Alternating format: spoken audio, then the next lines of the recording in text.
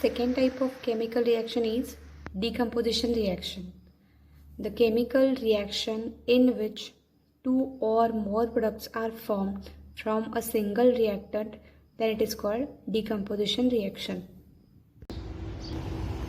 To understand decomposition reaction, consider the following activity.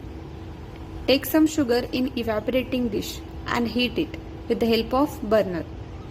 After some time you will see that there is a formation of burnt black substance.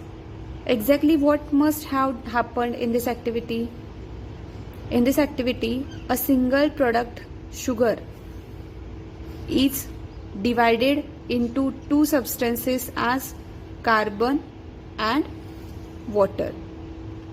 So, the reaction in which there is only one reactant and it is giving rise to two or more products, then it is called decomposition reaction. In this reaction, sugar is only one reactant and that is divided into carbon and water as separate two products. So this is a decomposition reaction. Next example of decomposition reaction is if calcium carbonate crystals are heated, the two separate products are formed, calcium oxide and carbon dioxide. So in this reaction, one reactant CaCO3 is divided in two products as calcium oxide and carbon dioxide. So this is also a decomposition reaction. Next example also consider hydrogen peroxide. Hydrogen peroxide is a solution which we are using for washing wounds. Might be you have seen that. So this hydrogen peroxide, if kept open, naturally it undergoes slow decomposition and it forms water and oxygen. Means this single substance is converted into two separate substances, water and oxygen. That's why this is also a decomposition reaction. Next is decomposition of water. When electric current is passed through acidulated water, the water is divided in two substances as hydrogen gas and oxygen gas. This is also known as electrolysis of water. Last year you all learned that. So in this reaction, by passing electric current, water is divided in two separate gases. So it is a decomposition reaction. Now consider these reactions to identify whether these are decomposition reactions or not. First is silver oxide is only one reactant and it is converted into two products, silver and oxygen. So from one reactant two products are formed. That's why it is a decomposition reaction. Potassium chlorate, when heated, it generates potassium chloride and oxygen gas. So this is also a decomposition reaction. Here also third example, product reactant is only one and it is converted into two products. So it is a decomposition reaction. So reactants are only one and that reactants are divided into simpler products, two or more simpler products.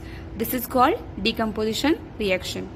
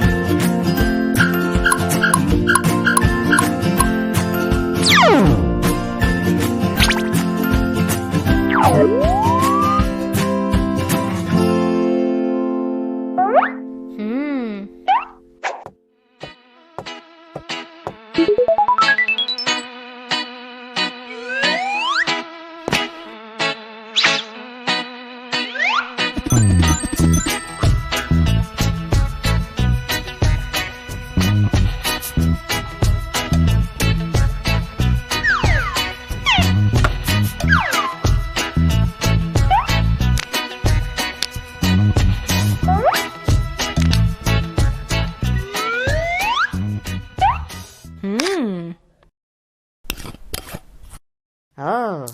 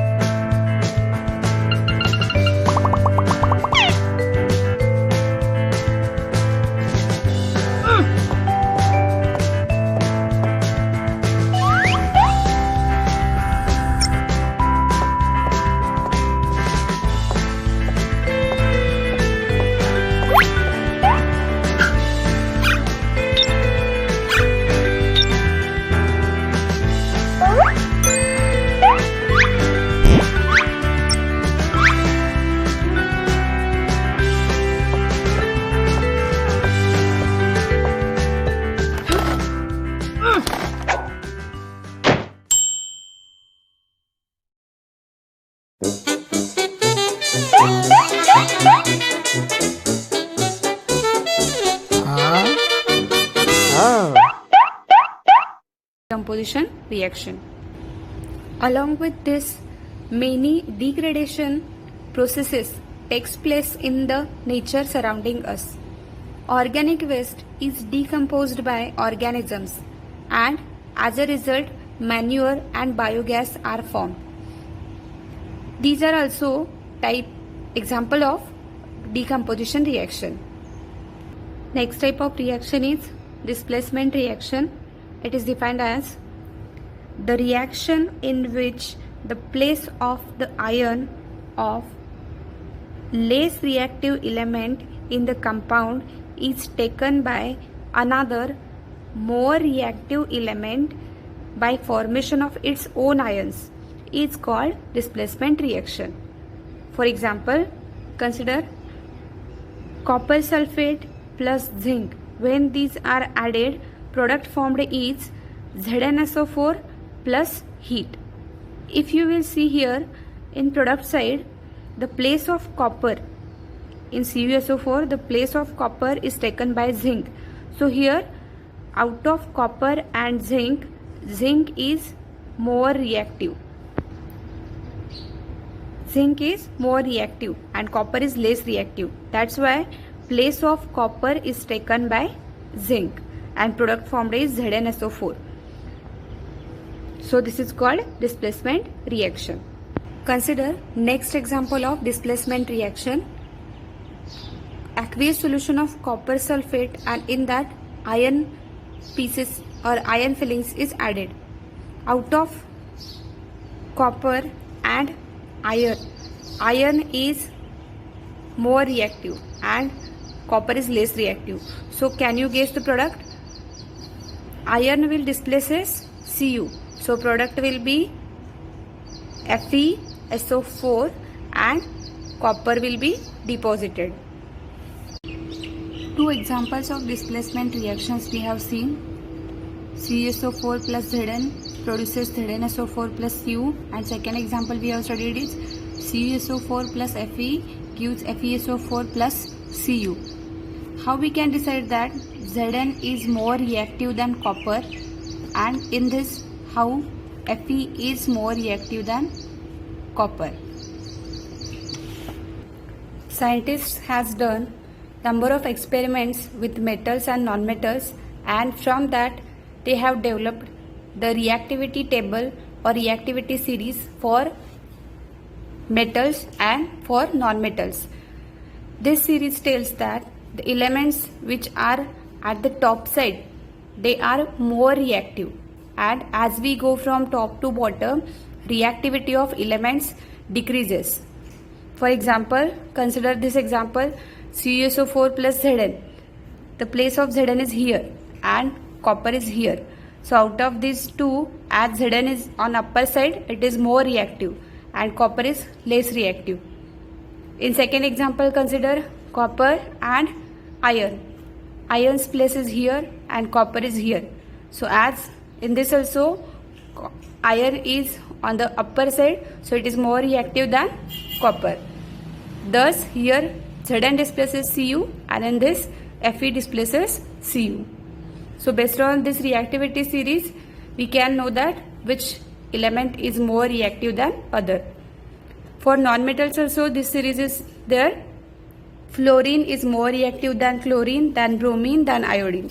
Here also same, from top to bottom reactivity decreases.